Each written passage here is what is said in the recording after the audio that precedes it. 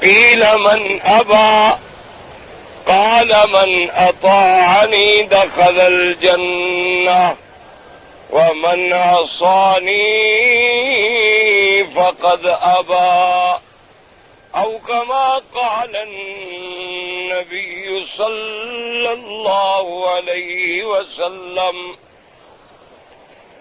صدق اللہ العلی العظیم وصدق رسوله النبی الکریم ونحن على ذلك لمن الشاهدين ومن الشاكرين والحمد لله رب العالمين رب اشرح لي صدري ويسر لي أمري واحلل عقدة من لساني يفقهوا قولي سبحانك لا علم لنا إلا ما علمتنا إنك أنت العليم الحكيم برادران اسلام، واجب الاحترام بزرگوں، دوستوں اور بھائیوں، اللہ تبارک و تعالی کے کلام مقدس میں سے ایک آیت مبارک اور آقا انعامدار خاتم الانبیاء حبیب کبریا حضرت محمد مصطفیٰ صلی اللہ علیہ وعلا آلہ واصحابہ وسلم تسلیما کثیرا کثیرا کہ فرامین مبارکہ میں سے ایک حدیث تلاوت کی ہے۔ دعا فرمائیں کہ اللہ تبارک و تعالی اس عاجز کو مال اہل صحت عافیت کاملہ دائمہ اور حق بات بیان کرنے کی توفیق عطا فرمائیں۔ اللہ تبارک و تعالی مجھے حق کہنے، سمجھانے، سب کو سننے سمجھنے اور ہم سب کو مل کر حق پر عمل کرنے کی توفیق عطا فرمائیں۔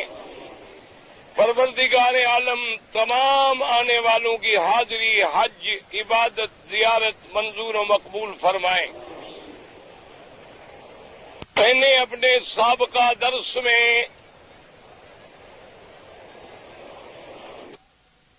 موضوعات میں یہ بات سمجھائی تھی کہ سب سے پہلا اور اہم ترین مسئلہ جو ہے وہ اللہ تبارک و تعالی کی توحید ہے، اور توحید کی بھی تین قسمیں عرض کی تھی کہ ایک تو اس کی ربوبیت پر ایمان ہے، اور ایک اس کے اسماء و صفات پر ایمان ہے، اور اہم جو ہے وہ توحید الوہیت ہے۔ اس کا معنی یہ ہے کہ اللہ کے سوا کوئی معبود برحق نہیں، اور اللہ کے سوا عبادت کے جتنے اقسام ہیں وہ کسی کے لیے جائز اور روا نہیں ہے۔ وہی معبود برحق ہے، وہی مقصود ہے، مسجود ہے، مطلوب ہے، مالک الملک ہے، نفع نقصان کا مالک ہے، اور اس کے سوا سب اس کی مخلوق ہے۔ میں نے یہ عرض کیا تھا کہ بعض لوگوں نے، اللہ رحمت کرے، اللہ کے درمیان میں اور بندوں کے درمیان میں کواکب کو واسطہ بنا لیا، اور بعض نے روحانیات کو واسطہ بنا لیا، اور بعض نے انسانوں کو واسطہ بنا لیا، اور دماغوں میں یہ تاثر بٹھا دیا کہ ہم اللہ کو نہ مل سکتے ہیں، نہ دیکھ سکتے ہیں، نہ بات کر سکتے ہیں، لہذا ہم ان کی عبادت کرتے ہیں اور جب یہ راضی ہوں گے تو اللہ ہم سے راضی ہو جائے گا۔ یہ ان کے دماغوں میں ایک بات بیٹھ گئی، اور یہی چیز ہے جو یہودیوں کے دماغ میں آئی کہ حضرت عزیر کو خدا کا بیٹا بنا دیا، اور ان کی رضا کے لیے کوشاں ہو گئے، اور نصرانیوں نے حضرت عیسیٰ علیہ السلام کو خدا کا بیٹا بنا دیا، اور بعض اس سے بھی آگے بڑھ گئے۔ انہوں نے کہا کہ خود عیسیٰ علیہ السلام جو ہے وہ خود خدا ہے، نعوذ باللہ ثم نعوذ باللہ۔ اور بعض جو تھے انہوں نے کہا کہ نہیں، ایک اللہ ہے، ایک عیسیٰ ہے اور ایک مریم ہے، یہ تثلیث جو ہے ان تین میں کوئی ایک ہے۔ وہ اس عقیدے کے اندر مبتلا ہو گئے، اور مکے کے مشرکین جو تھے وہ اس عقیدے میں تھے کہ اللہ کے فرشتے جو ہیں نعوذ باللہ ثم نعوذ باللہ یہ اللہ کی بیٹیاں ہیں، اللہ تبارک و تعالیٰ کی لڑکیاں ہیں، اور یہ سب اللہ کی اولاد ہے۔ اس طرح مختلف لوگ جو ہیں وہ شرک میں مبتلا ہو گئے اور اللہ کے راستے سے ہٹ گئے۔ حالانکہ اللہ کا راستہ کیا ہے کہ ان الذین قالوا ربنا اللہ، جو اللہ کی ربوبیت کے، اللہ کی الوہیت کے قائل ہوں اور پھر اس عقیدے پہ جمے رہے۔ اس میں آپ ضرور شریف پڑھیں اور میں اپنی بات بڑا شدید قسم کا اللہ رحمت کرے نزلہ ہے، لیکن یہ دن ایسے ہیں کہ دل نہیں چاہتا کہ آدمی اپنے آرام کے لیے اپنے ان آنے والے ساتھیوں کو اللہ کے دین کی کوئی بات نہ پہنچائے، لیکن اس کے لیے صرف ایک التجا ہے کہ آپ اللہ سے دعا کر دیا کریں کہ اللہ ہماری بیماریاں، ہماری کمزوریاں، ہماری پریشانیاں جو ہے سب دور فرما دیں اور دین کی بات کہنے کی توفیق عطا فرمائیں۔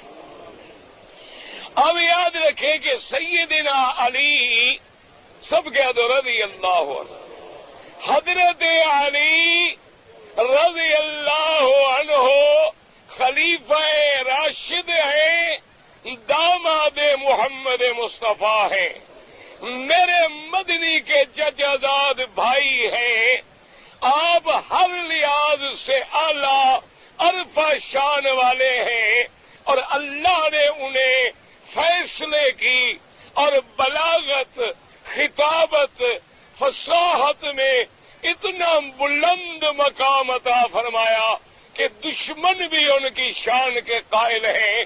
انہوں نے ایک بات فرمائی ہے، اگر وہ بات یاد کر لیں، پلے باندھ لیں، انشاءاللہ کبھی اللہ تبارک و تعالی گمراہ نہیں کریں گے بلکہ گمراہیوں سے بچ جائیں گے۔ سیدنا علی نے فرمایا سیہلک فی فئتان، کہ لوگوں میرے بارے میں دو فرقے جو ہیں وہ برباد ہو جائیں گے۔ یہ بنیادی بات ہے، سیدنا علی کی بات کو سمجھیں اور دل و دماغ میں بٹھا لیں۔ سیدنا علی رضی اللہ عنہ آپ نے فرمایا کہ میرے بارے میں دو جماعتیں، دو پارٹیاں، دو فرقے جو ہیں وہ ہلاک اور برباد ہو جائیں گے، صرف ایک جماعت ہے جو نجات پہ ہوگی۔ ساتھیوں نے پوچھا کہ حضرت وہ دو جماعتیں کون سی ہیں جو ہلاک ہو جائیں گی؟ حضرت علی نے فرمایا محب مفرط و مبغض مفرط، ایک جماعت میری محبت میں بڑھ جائے گی اور حد سے نکل جائے گی، وہ بھی ہلاک ہو جائیں گے، اور ایک جماعت میرے بغض میں بڑھ جائے گی اور حد سے نکل جائے گی وہ بھی ہلاک ہو جائیں گے، اور صرف کامیاب وہ جماعت ہوگی جو اعتدال پہ ہوگی، جو نہ افراط کرے گی نہ تفریط کرے گی، نہ محبت میں بڑھے گی نہ بغض میں بڑھے گی، اپنے آپ کو اعتدال پہ رکھے گی، وہی جماعت جو ہے کامیاب و کامران ہوگی۔ اب جناب اسی قاعدے کو سمجھ لیں، اسی طرح جو لوگ کسی بھی مسئلے میں محبت میں بڑھ جائیں، حد سے نکل جائیں، وہ بھی ہلاک ہو جاتے ہیں، اور بغض میں حد سے نکل جائیں وہ بھی ہلاک ہو جاتے ہیں۔ کامیابی صرف ان کو ملتی ہے جو اعتدال کے راستے پہ رہتی ہے۔ بھئی بیٹھ جاؤ نا، ایک بعد میں آتی ہے اللہم صلی علی سیدنا محمد وعلی آل سیدنا محمد۔ اللہ پاک کی رحمتیں آئیں حضرت علی پہ۔ حضرت علی فرماتی ہیں کہ میری محبت میں بڑھنے والے مجھے پہلے حضرت علی مانیں گے، اس کے بعد تجاوز کریں گے، مجھے حضرت علی کے بعد مقام امامت دیں گے، پھر مقام خلافت دیں گے، پھر نبوت سے بھی اوپر لے جائیں گے، اور بڑھتے بڑھتے اتنی بڑھ جائیں گے کہ مجھے خود خدا بنا لیں گے، مشکل کشا بنا لیں گے، حاجت روا بنا لیں گے۔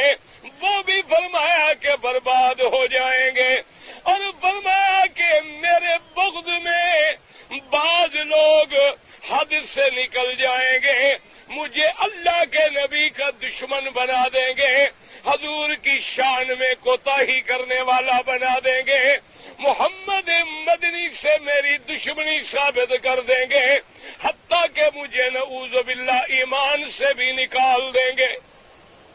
اندازہ کریں حضرت علی کے زمانے میں جماعتیں پیدا ہو گئیں، اور یہی وہ بیماری ہے جو یہودیوں کو لگی، حد سے بڑھ گئے، حضرت عزیر کو خدا کا بیٹا بنا بیٹھے۔ یہی بیماری نصرانیوں کو لگی، انہوں نے بھی عیسیٰ علیہ السلام کو خدا کا بیٹا بنا دیا۔ لیکن کامیاب کون ہے؟ اللہ تبارک و تعالیٰ کے ماننے والے، امت محمد مصطفیٰ صلی اللہ علیہ وسلم۔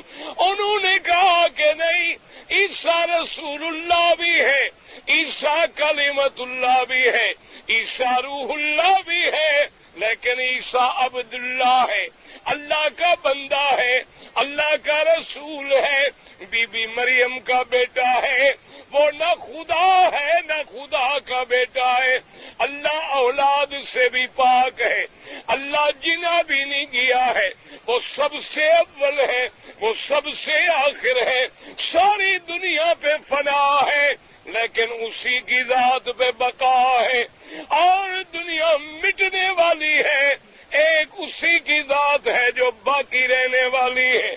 ساری دنیا محتاج ہے، اس کی ذات ہے جو غنی ہے۔ ساری دنیا مانگنے والی ہے، اس کی ذات ہے جو دینے والی ہے۔ وہ نجات پہ رہ گئے۔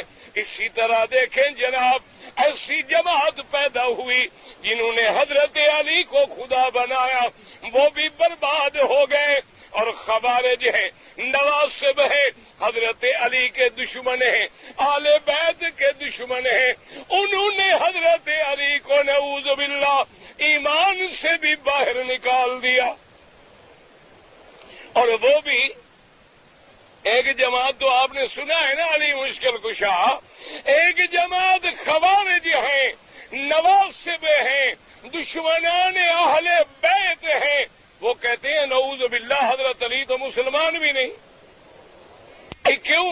انہوں نے کہا کہ حضرت علی نے حضور کی بیٹی سیدہ فاطمہ الزہرا، جو حضور کا لخت جگر ہے، حضور کے جگر کا ٹکڑا ہے، حضور نے منع فرمایا، لیکن علی نے دوسری شادی کر لی تو حضور کا انکار کیا، حضور کی نافرمانی کی، نعوذ باللہ۔ وہ کہتی ہیں اتنا ظلم کیا، تشدد کیا بی بی پہ کہ مار مار کے بی بی کو مار ڈالا، رات کو چپکے سے دفنا دیا تاکہ راز نہ کھلے۔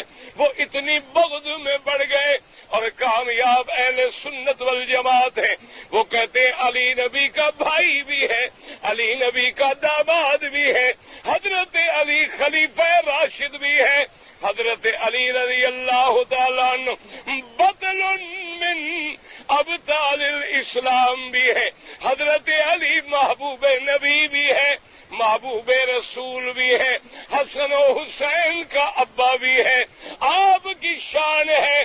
تو اسی طرح یاد رکھو، توحید کا مسئلہ ہے، رسالت کا مسئلہ ہے، قیامت کا مسئلہ ہے، کسی معاملے میں حد سے نہ نکل جانا، اگر حد سے نکلو گے تو پٹڑی سے اتر جاؤ گے۔ اس لیے دعا کریں اللہ ہمیں اعتدال پہ رکھے۔ توحید کا معنی یہ نہیں کہ بندہ نبیوں کی شان میں گستاخی کرے، یہ توحید نہیں۔ توحید کا معنی یہ نہیں کہ اولیاء اللہ کا انکار کر دے یا اولیاء اللہ کی کرامت کا انکار کر دے۔ توحید کا معنی یہ نہیں کہ میرے مدنی کے معجزات کا انکار کر دے، یہ توحید کا معنی نہیں۔ توحید کا معنی یہ ہے کہ جو مقام الوہیت ہے، جو مقام ربوبیت ہے، جو اس کے مالک ہونے کا مقام ہے، خالق ہونے کا مقام ہے، ساری مخلوق اس کی محتاج ہے، لیکن اللہ نے ساری مخلوق میں سے پھر اپنے نبیوں کو چن لیا ہے، اپنے پیغمبروں کو چن لیا ہے، اور ان سب کے سردار جو ہیں وہ حضرت محمد الرسول اللہ صلی اللہ علیہ وآلہ آلہ وصحابہ وسلم تسلیما کثیرا کثیرا۔ اس لیے یاد رکھیں، حد سے نہ نکلے۔ جیسے کل میرے بھائی نے ایک سوال لکھا تھا جو بعد میں مجھے ملا عشاء کی نماز کے بعد، اس وقت چونکہ تقریر نہیں ہوتی، عام مسائل ہوتے ہیں، اس لیے فوری جواب تو میں نے دے دیا، لیکن اس مسئلے کا تعلق جو ہے وہ تقریر سے ہے۔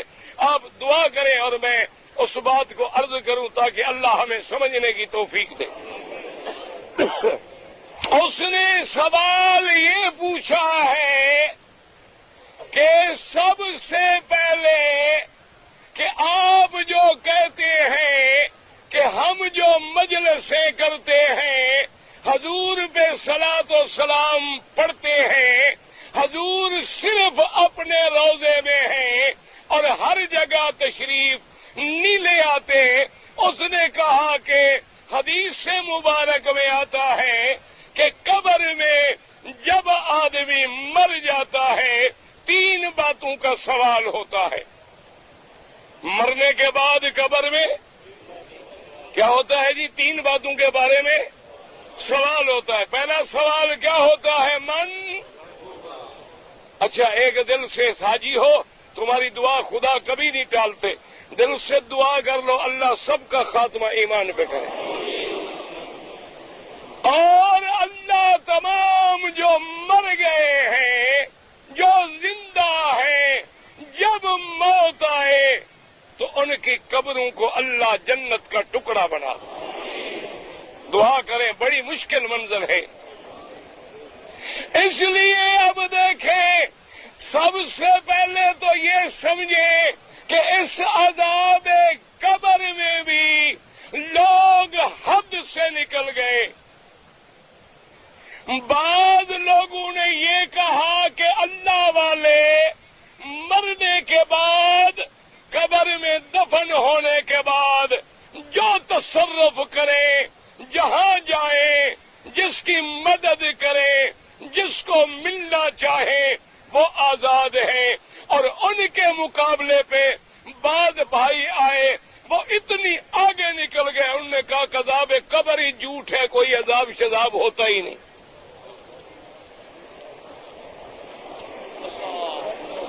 سمجھ آ رہی ہے بات کہ نہیں آ رہی؟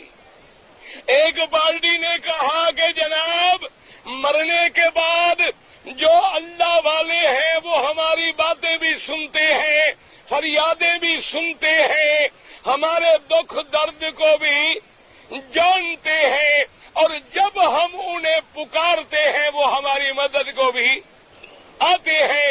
اس لیے کتابوں میں لکھا ہے کہ جب تمہیں کوئی مشکل پیش آ جائے 2 رکعت نماز پڑھ کے بغداد کی طرف رخ کر کے 11 قدم الٹے پاؤں چلو اور یا عبد القادر جیلانی شیئن للہ کا وظیفہ پڑھو، تیری ہر مشکل حل کرنے کے لیے عبد القادر پہنچیں گے اور تیری مشکل حل ہو جائے گی۔ یہ ادھر بڑھ گئے، ان کے مقابلے پہ جو حضرات آئے انہوں نے کہا کیا باتیں کرتے ہو، آدمی مر گیا، روح نکل گئی، اور مومن کی روح علیین میں، کافر کی روح جو ہے وہ سجین میں چلی گئی۔ اب یہ جسد بیکار ہے، ریزہ ریزہ ہو گیا، مٹی میں مل گیا، کوئی عذاب نہیں، کوئی ثواب نہیں، کوئی قبر میں تکلیف نہیں۔ مرنے کے بعد جب اللہ اٹھائیں گے اس وقت پھر روح ملے گا، پھر فیصلے ہوں گے، ثواب بھی ہوگا، عذاب بھی ہوگا، لیکن قبر میں کچھ نہیں ہوتا، کیونکہ روح کا تعلق ہی نہیں۔ جب قبر میں ہے کوئی نہیں تو بات ہی ختم ہو گئی۔ اب یہ دونوں پارٹیاں اصل میں حد سے نکل گئی۔ دعا کرو اللہ ہمیں اعتدال پہ رکھے۔ اللہ نے ہر چیز کے حدود رکھے ہیں نا، دیکھو نا، اللہ نے ہمارے رشتوں میں بھی حدود ہے۔ ماں کا مقام ماں کا ہے، بیٹی کا مقام بیٹی کا ہے، بہن کا مقام بہن کا ہے، بیوی کا مقام بیوی کا ہے۔ ایمان سے کہیں، اگر کوئی بیوی کو محبت میں ماں بنا لے تو حد سے نکل گیا کہ نہیں؟ یا ماں سے گستاخی کرے اور وہی لفظ کہے جو بیوی کو کہتا ہے تب بھی برباد ہو گیا، کیوں؟ حد سے نکل گیا۔ سمجھ آ رہی ہے بات؟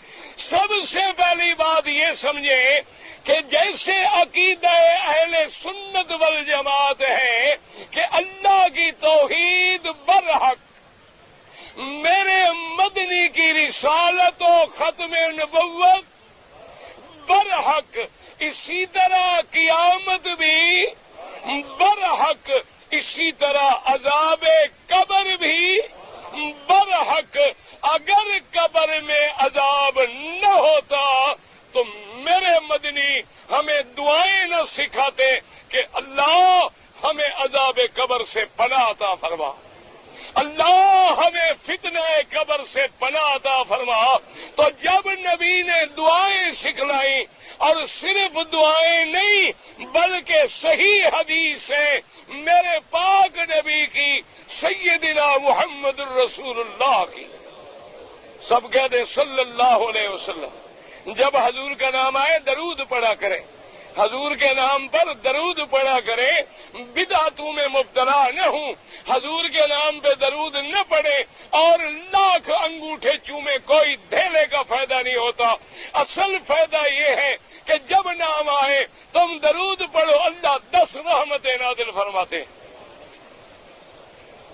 اور حاجیوں، خدا کی شان دیکھو، ایمان سے کہو، اللہ نے حکم دیا ہے میرے بندے نماز تم پڑھو، روزہ تم رکھو، حج تم کرو، زکوٰۃ تم ادا کرو، جہاد تم کرو، خیرات نفقات تم کرو۔ فرمایا ایک شان والا کام ہے کہ میں بھی اپنے محمد پہ رحمتیں بھیجتا ہوں۔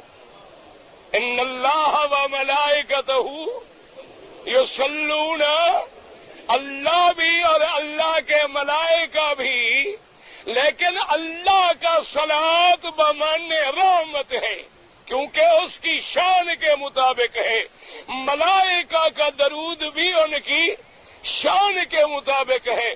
آگے کیا فرمایا؟ ایمان والو تم کیا کرو؟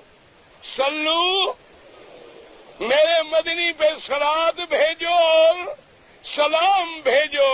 اب ملائکہ بھی صلاۃ بھیجیں، اللہ بھی سلاد بھیجے، مومن کو بھی حکم سلاد کا ہے۔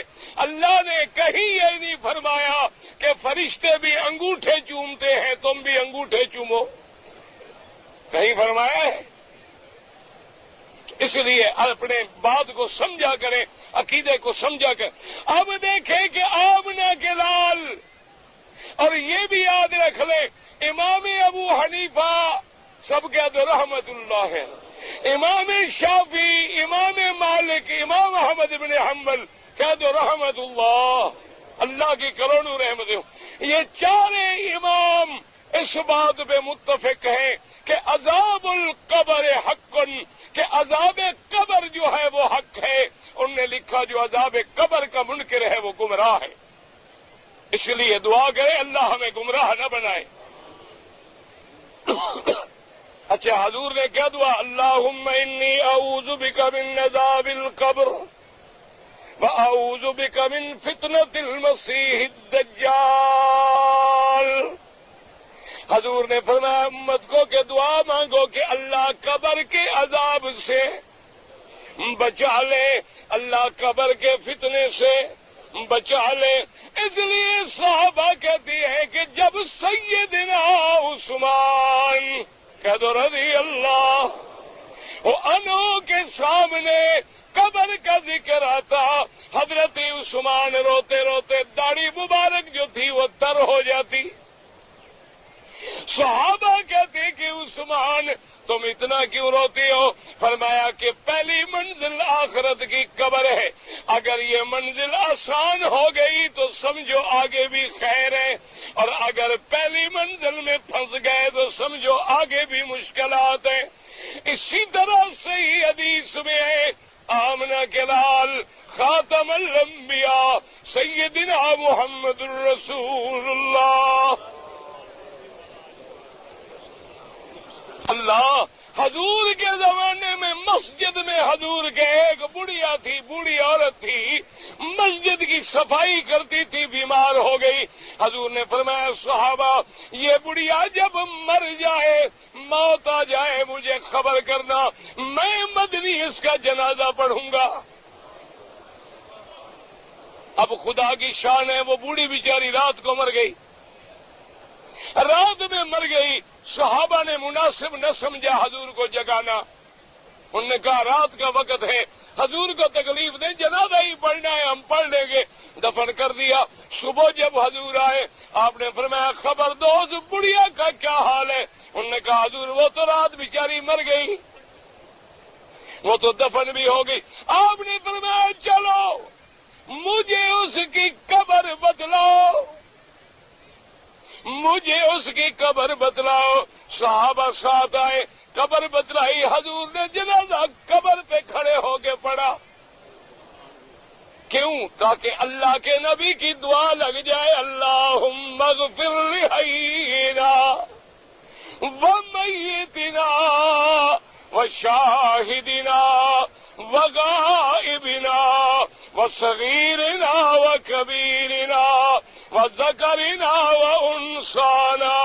اور اسی طرح حضور نے فرمایا جب مردے کو دفن کر لو، مٹی ڈال لو، قبر بنا لو، آپ نے فرمایا اب اس کے لیے دعا کرو، الآن یسأل، یہ گھڑی ہے جس میں سوال جواب ہوتا ہے، اور فرمایا دعا کرو کہ اللہ اس کو جواب میں ثابت قدم رکھے، اللہ اس کو صحیح جواب دینے کی توفیق دے۔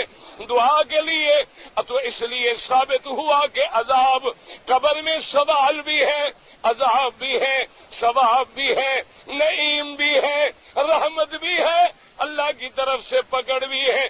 اسی طرح صحیح حدیث میں آمنہ کے لال گزر رہے ہیں، آپ جاتے جاتے مر بقبرین، دو قبروں پہ حضور کا گزر ہوا۔ قبروں پہ جانا منع نہیں، قبر کے لیے سفر نہ کریں۔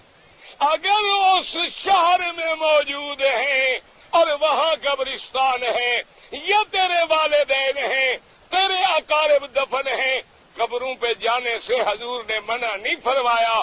حضور نے فرمایا جاؤ ان کے لیے دعائیں مغفرت کرو تاکہ اللہ ان کی مغفرت کرے اور اللہ ان کی قبروں پہ رحمتیں نازل فرمائے۔ میرے پاک نبی سرکار مدینہ صلی اللہ علیہ وسلم بی بی عائشہ صدیقہ سب کہتے رضی اللہ عنہا نے قبر پہ ایک کو اس قبر پہ ایک کو اس قبر پہ لگا دیا اور حضور نے فرمایا انہما یعذبان، ان دو قبر والوں پہ عذاب ہو رہا ہے، وما یعذبان فی کبیر، اور ان کو جو عذاب ہو رہا ہے وہ بھی ایسے گناہوں پہ جن کو یہ بڑا نہیں سمجھتے تھے۔ اور حضور نے فرمایا میں نے جو یہ لکڑیاں لگائی ہیں، کھجور کی چھڑیاں لگائی ہیں، جب تک یہ تر رہیں گی، جب تک یہ تر و تازہ رہیں گی، یہ اللہ کا ذکر کریں گی اور اللہ تبارک و تعالی ان کے عذاب میں تخفیف فرما دیں گے، اللہ ان کے عذاب میں تخفیف فرما دیں گے۔ تو اب حضور نے اپنی آنکھوں سے دیکھا کہ انہما، کہ ان دو قبر والوں پہ عذاب ہو رہا ہے، تو معلوم ہوا عذاب قبر جو ہے حق ہے۔ میرے پاک نبی نے اپنی آنکھوں کے ساتھ دیکھا ہے، اللہ تبارک و تعالی نے حضور کو دکھلایا ہے۔ اور اسی طرح ایک حدیث میں ہے، یاد رکھیں، حضور نے فرمایا کہ اگر اللہ کی مخلوق، اگر انس و جن عذاب قبر سے ڈر نہ جاتے، اللہ تمہیں بھی دکھلا دیتا، تمہیں بھی سنوا دیتا، لیکن بندے پھر قبر میں اپنے مردوں کو ڈر کے دفن بھی نہ کرتے، اس لیے اللہ نے ایک برزخ کا پردہ رکھ دیا ہے کہ ہر کسی کو نظر نہیں آتا کہ بھی عذاب ہو رہا ہے یا ثواب ہو رہا ہے، لیکن عذاب قبر جو ہے وہ برحق ہے۔ اور اسی کے ساتھ سمجھیں، بعد میرے بھائی پتہ نہیں ضد میں یا پتہ نہیں غلط فہمیوں میں بڑھ جاتے ہیں، وہ کہتے ہیں دیکھو جی حدیث میں ہے کہ حضور نے چھڑیاں قبروں پہ لگائی ہیں، وہ کہتے ہیں، یہ وہاں بھی کہتے ہیں کہ تم پھول نہ چڑھاؤ، تم قبروں پہ چادریں نہ چڑھاؤ، تم قبروں پہ پتیاں نہ ڈالو، تم قبروں پہ جا کے پھولوں کی بارشیں نہ کرو۔ دیکھو وہاں بھی ہیں، یہ پھول بھی تو ذکر کرتے ہیں، یہ پتیاں بھی تو ذکر کرتی ہیں، اگر ان کا فائدہ نہ ہوتا تو حضور وہ دونوں چھڑیاں جو ہے اپنے ہاتھ سے قبروں پہ نہ لگاتے۔ اور یہ تقریریں کر کے لوگوں کے دماغ کو اللہ معاف کرے عقیدے سے ہٹاتے ہیں، اللہ ان کو بھی ہدایت دے، اللہ ہمیں بھی ہدایت دے۔ اب حاجی آپ مکے میں بیٹھے ہیں، کعبۃ اللہ آپ کے سامنے ہے، آپ مجھے یہ بتائیں حضور نے وہ چھڑیاں لگائیں کیوں لگائیں؟ یہ بات پر جلدی جلدی بتائیں نا، سیدھی بات۔ حضور نے فرمایا کہ ان قبر والوں پر عذاب ہو رہا ہے، اس لیے چھڑیاں تم جو پھول ڈالتے ہو یہی سمجھ کے ڈالتے ہو؟ ہاں جی نہیں، اب چپ بھائی، تم جو پھول چڑھاتے ہو تم بھی جانتے ہو یہ بات، یاد رکھو۔ اللہ میرے بھائی کہتے کہ بھئی اگر ہم پھول رکھیں، سمجھیں بات، زیادہ بات نہ کریں، بات سمجھیں، ہم جانتے ہیں آپ کا چیخنا، اگر پھول رکھیں، بات سنو نا، اب بات سنو نا، میں نے آپ کی سنی، آپ میری سنے، توحید کی ضرب لگے گی، مشرک کو تکلیف ہوگی۔ یاد رکھو، اگر پھول کا کیا ماننا، اللہ کا دین اگر مگر سے ثابت نہیں ہوتا، اگر طواف کے 7 چکروں کے بجائے 8 کرو کیا ہوگا؟ اگر عشاء کی نماز 4 کے بجائے 6 رکعت پڑھو، اگر مگر سے دین ثابت نہیں ہوتا، یہ حدیث رسول ہے، تم میں مائی کے لال کو جرت ہے، ایک حدیث دکھلا دو حضور نے فرمایا ہو کہ قبروں پہ پھول چڑھاؤ۔ میں کل رات اسی مجمع میں حدیث دکھلا دو میں مان لوں گا اور میں کہوں گا یہ حدیث ہے ہمارا ایمان ہے. جھگڑا نہیں، دعا کرو اللہ جھگڑے سے بچائے، اللہ فتنوں سے بچائے، اللہ بدعات سے بچائے. اور ایک بات یاد رکھو کہ ساری کائنات کے ہاتھ ایک طرف، محمد مدنی کا ہاتھ. نہ جس چھڑی کو میرے نبی کا ہاتھ لگ جائے اس کو تیرے ہاتھ والی چھڑی برابر ہے. جس کو میرے نبی کا ہاتھ، یاد رکھو ہمارا ایمان ہے کہ حضور کا ہاتھ جہاں بھی لگا ہے وہاں رحمت آئی ہے. حضور کا ہاتھ جہاں لگے کیا ہوتا ہے؟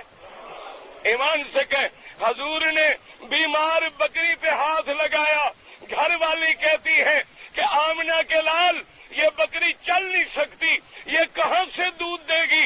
فرمایا برتن لے آؤ. حضور ہاتھ پھیر رہے ہیں اور کہتے ہیں اللہ تیرا نبی آج پیاسا ہے. حضور کے ہاتھ لگے، سب کہہ دو صلی اللہ علیہ وسلم. حضرت صدیق فرماتے ہیں حضور نے خود دودھ نکالا، ایک برتن بھر گیا، پھر دوسرا برتن بھر گیا، پھر تیسرا برتن بھر گیا، کیونکہ محمد مدنی کے ہاتھ لگ گئے.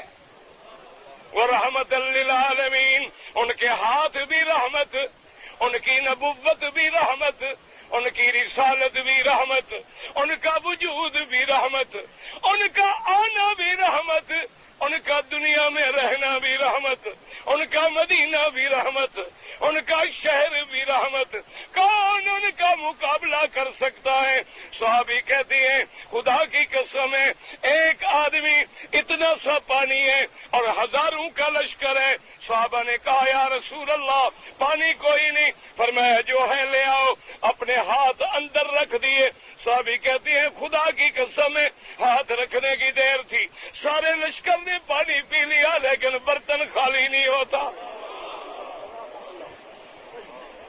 بات کو سمجھو، چیخنے سے مسئلے نہیں ثابت ہوتے، مسئلے قرآن اور حدیث سے ثابت ہوتے ہیں. اب سمجھے جناب کہ عذاب قبر برحق ہے کہ نہیں؟ اگر عذاب برحق ہے تو رحمت بھی برحق ہے. اللہ اکبر. ایک دن میرے مدنی پاک قبر میں بیٹھے ہیں اور کیا فرماتے ہیں سنے، کہتے ہیں سبحان اللہ. دوسری دفعہ فرمایا سبحان اللہ اور تیسری دفعہ فرمایا سبحان اللہ. جب حضور نے یہ کہا صحابی حیران ہو گئے. انہوں نے کہا حضور کیا وجہ ہے؟ آپ نے کبھی پہلے قبر پہ یہ نہیں فرمایا. فرمایا کہ میں بھی قبر پہ موجود ہوں اور قبر نے پکڑ لیا. تو میں نے کہا اللہ تو پاک ذات ہے، مہربانی کر، تیری شان ہے کہ تیرا نبی بھی قبر پہ بیٹھا ہے. اللہ نے بھی مہربانی کی، اللہ نے میری دعا منظور کر لی اور قبر کھل گئی. اس لیے یاد رکھو کہ عذاب قبر برحق ہے. اب سمجھو قبر میں سوال کیا ہوگا؟ پہلا من کہ تیرا رب کون ہے، اور دوسرا سوال کیا ہوگا؟ من نہ. سمجھو مسئلہ، یاد رکھو پہلے لفظ میں من ہے، دوسرے میں ماں ہے، دوسرے میں ماں دینوں کا، تیرا دین کیا ہے؟ اور تیسرا سوال کیا ہے؟ ما تقول فی حق ھذا الرجل. تیسرا سوال کیا ہے؟ پہلا سوال کیا ہے کہ تیرا رب کون ہے؟ تیرا رب کون ہے؟ کیا جواب دو گے؟ یاد کر لو، یاد کر لو، یہی کام آئے گا. یہ باتیں کام نہیں آئیں گی، یہی کام آئے گا. ہم جواب کیا دیں گے کہ ربی اللہ. ہمارا رب کون ہے؟ اللہ.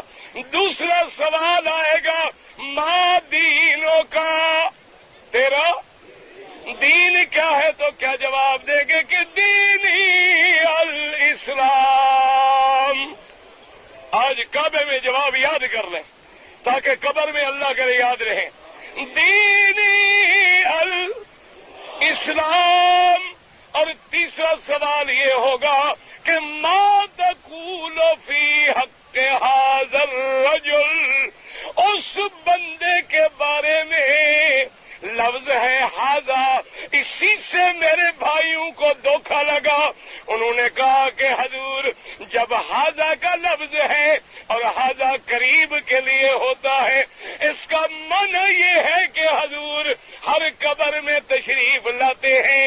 اور بعض علماء نے کہا کہ نانا قبر میں تو نہیں آتے، لیکن وہیں سے سارے دروازے کھول کے محمد مدنی کو دکھاتے ہیں اور پھر پوچھتے ہیں کہ کیا کہتے ہو اس کے بارے میں. یہ ھذا کے لفظ سے میرے ساتھیوں کو، میرے دوستوں کو یا غلطی لگ گئی یا اللہ جانے ضد میں آ گئے. دعا کریں ضد ہے تو اللہ دور کرے اور غلطی ہے تو اللہ ہدایت دے.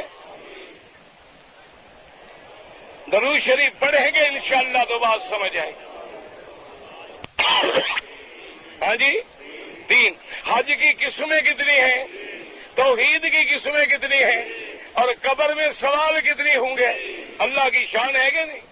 یہ اللہ کی شان ہے، اللہ کی حکمتیں ہیں ہر بات میں جو اللہ جانتے ہیں. اب سمجھے مسئلہ، بات سنیں. حالانکہ ھذا کا معنی اب اگر ہم قرآن پڑھیں ان ھذا القرآن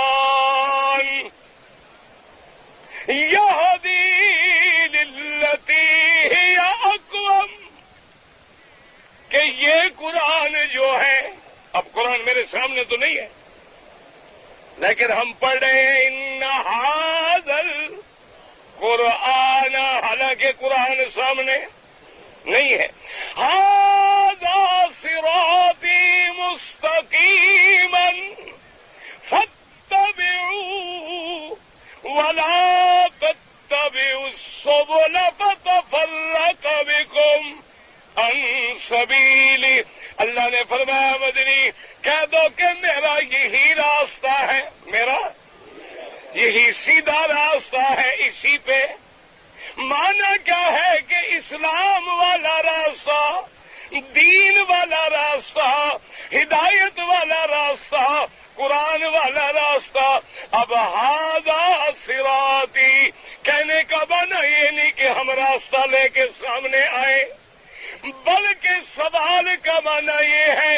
دوسری حدیث میں وضاحت آ گئی کہ ما تقول فی حق ھذا الرجل الذی بعث فیکم، اس شان والے کے بارے میں کیا عقیدہ ہے جو تم میں نبی بنا کے، کیا بنا کے. اس لیے یاد رکھیں نہ حضور قبر میں آتے ہیں. ایمان سے کہیں جہاں حضور آئے وہاں رحمت آئے گی، عذاب آئے گا؟ کیا ایمان ہے ہمارا؟ جہاں مدنی کا قدم آئے وہاں، تو کافر کی قبر میں آئے تو پھر جی سمجھو مسئلہ.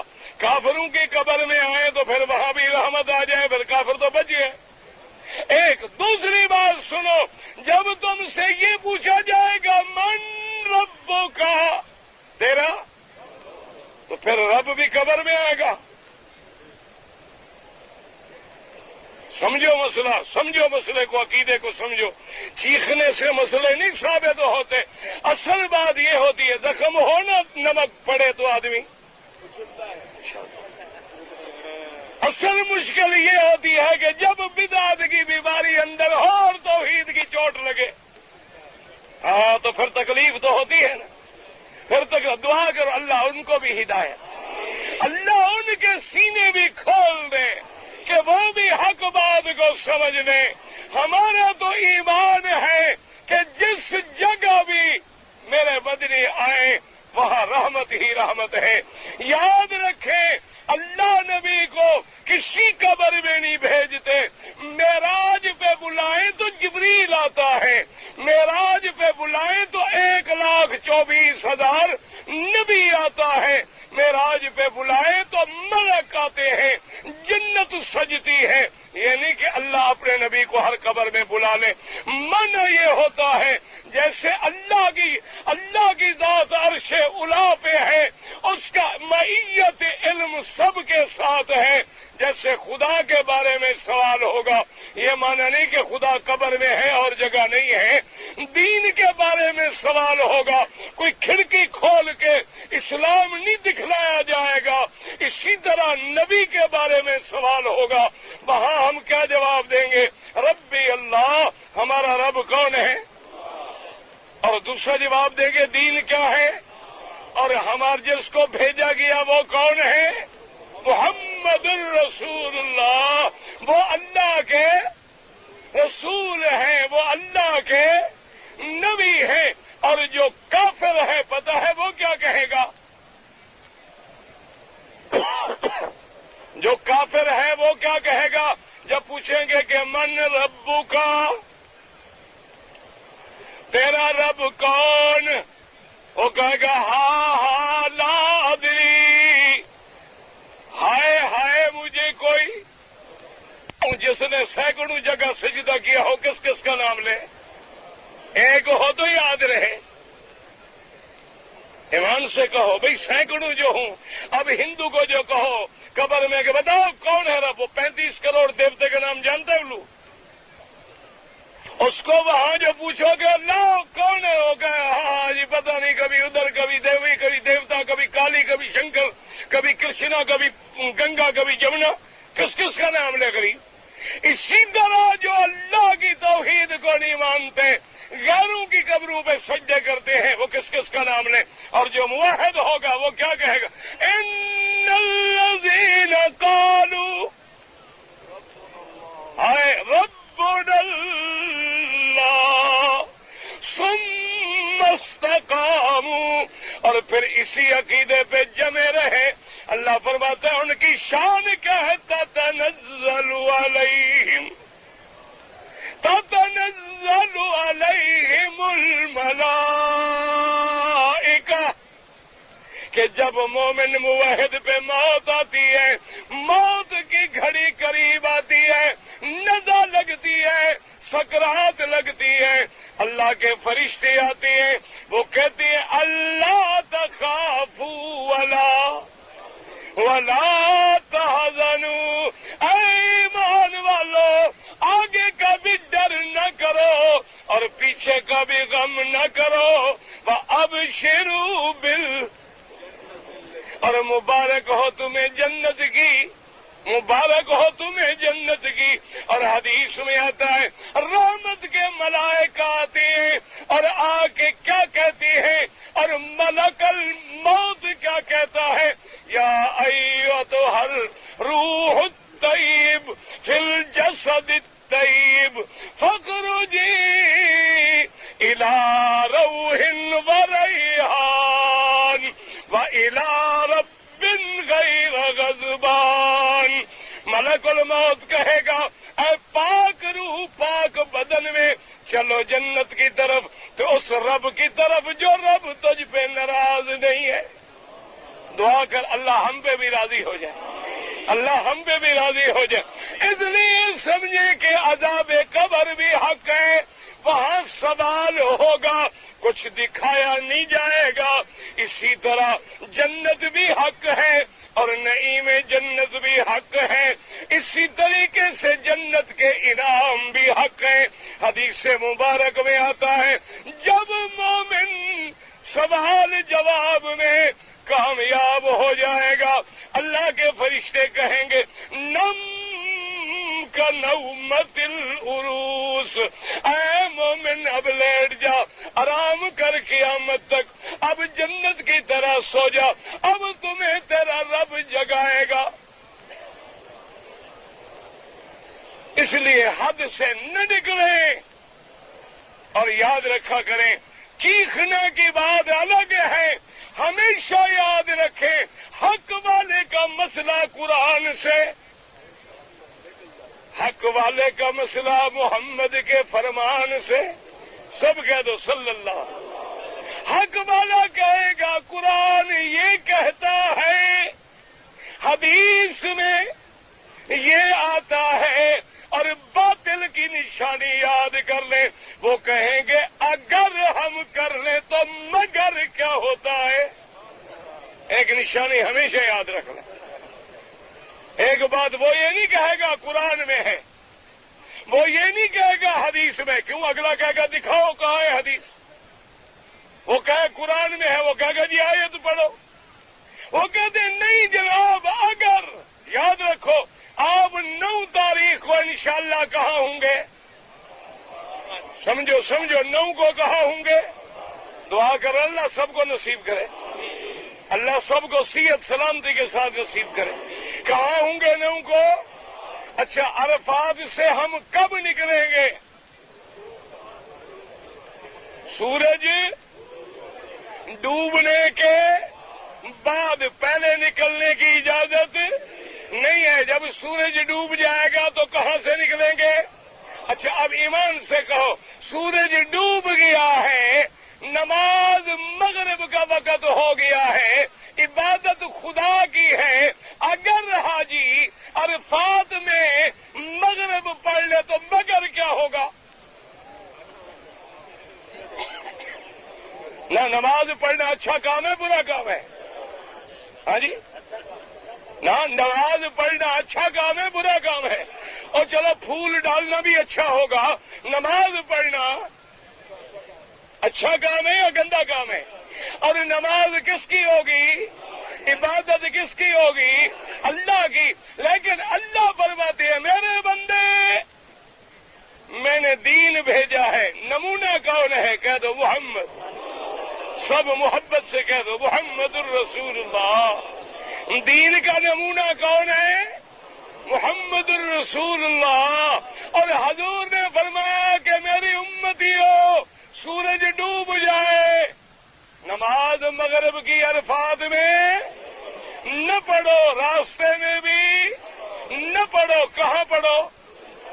ہاں جی، چاہے رات آدھی گزر جائے، کیوں؟ گاڑیاں ہیں، پیدل ہیں، سفر میں ہیں، لیکن فرمایا لیٹ ہو جاؤ، دیر ہو جائے، جو بھی ہو جائے، مغرب کی نماز پڑھنے کا عرفات میں بھی حکم نہیں ہے، راستے میں بھی حکم نہیں ہے۔ مزدلفہ میں آؤ، اللہ میاں مغرب کا وقت گزر گیا، اللہ فرماتے ہیں میرے بندے نماز بھی میری، وقت بھی میرا، رات بھی میری، تو پڑھ لیٹ لیکن میں وقت والا ثواب دوں گا۔ چاہے تو لیٹ پڑے گا لیکن ثواب تمہیں پورا ملے گا۔ اور پہلے کون سی نماز پڑھو گے؟ اس کے بعد عشاء کی نماز پڑھیں گے۔ اب جناب سمجھے، اگر کوئی عرفات میں پڑھ لے، اللہ نے فرمایا میرے بندے نماز میری ہے لیکن میرے مدنی کی مہر نہیں لگی، تو نے میرے نبی کی مخالفت کی ہے، میں قبول نہیں کروں گا۔ سمجھ آ گیا مسئلہ؟ ہمیشہ یاد رکھیں دین کیا ہے؟ اتباع محمد مصطفیٰ صلی اللہ علیہ وآلہ آلہ وصحابہ وسلم۔ اور جنہوں نے اتباع کی ہے ان کی شان بھی دیکھیں۔ حضور جب معراج سے آ گئے، حضرت عمر مسلمان بھی ہو گئے، بعد کی بات ہے، حضور نے فرمایا عمر میں جنت میں گیا، میں اللہ پاک ہمیں بھی نصیب کرے۔ اور سب سے پہلے تو دعا کرو نا، وہ جنت تو آخرت میں ملے گی، اللہ مدینے والی جنت بھی نصیب کرے۔ مدینے میں جنت ہے کہ نہیں؟ حضور کا روضہ وہ ٹکڑا کیا ہے؟ وہ جنت کا ٹکڑا ہے۔ ہمارا ایمان ہے اللہ پاک وہ بھی نصیب کرے۔ حضور نے فرمایا عمر حاضر یا رسول اللہ، فرمایا میں معراج والی رات جب جنت میں گیا، میں نے سفید موتیوں کا ایک محل بنا ہوا دیکھا، سفید موتیوں کا محل دیکھا۔ میں نے جبریل سے پوچھا، جبریل حاضر یا رسول اللہ، میں نے پوچھا یہ محل بڑا خوبصورت ہے، بڑا شاندار ہے، یہ محل کس کا ہے؟ تو حضرت جبریل نے عرض کیا کہ یا رسول اللہ یہ محل تو آپ کے خادم حضرت عمر کا ہے. یہ محل کس کا ہے؟ حضرت عمر کا ہے. حضور فرماتے ہیں کہ میں نے چاہا کہ عمر تیرے جنت کے محل میں اندر جا کے دیکھوں لیکن میں نے دیکھا کہ محل کی سیڑھیوں پہ ایک عورت بیٹھی وضو کر رہی ہے. وہ عورت بھی جنت کی عورت، وہ عورت بھی حور العین، وہ وضو کر رہی ہے. حضور فرماتے ہیں میں نے سوچا عمر تیری غیرت کا تقاضا شاید یہ گوارا نہ کرے، اس لیے میں نے اندر جانا بہتر نہ سمجھا. حضرت عمر رو پڑے. فبکا عمر، حضرت عمر رونے لگے. انہوں نے کہا حضور علیک اغار یا رسول اللہ، کیا میں آپ پر بھی غیرت کھاتا؟ میری کتنی خوش نصیبی ہوتی کہ میرے جنت کے گھر میں پہلا قدم محمد رکھتے صلی اللہ علیہ وآلہ آلہ واصحابہ وسلم تسلیما کثیرا کثیرا. عذاب قبر بھی حق ہے اور نعیم قبر بھی حق ہے.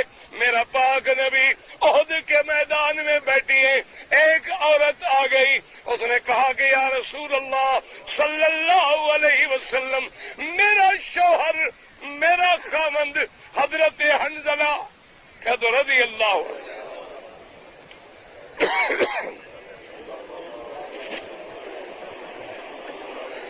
اس نے کہا حضور میرا خاوند حضرت حنظلہ غسل کے لیے بیٹھے تھے کہ آواز آئی کہ اللہ کے نبی احد جا رہے ہیں، جلدی دوڑو.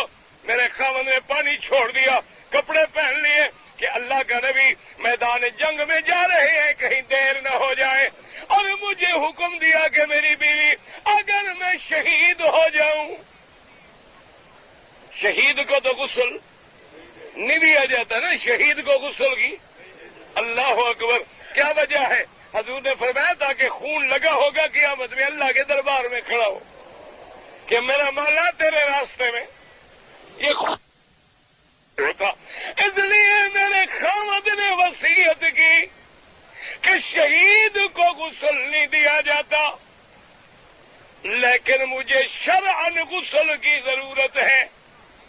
اگر میں زندہ رہا تو میں غسل کر لوں گا، اگر شہید ہو جاؤں تو اللہ کے نبی کو بتلا دینا تاکہ میرا غسل کروا دے. عرض کیا. حضور نے فرمایا بی بی حنظلہ کی بیوی تمہیں پتہ بھی ہے؟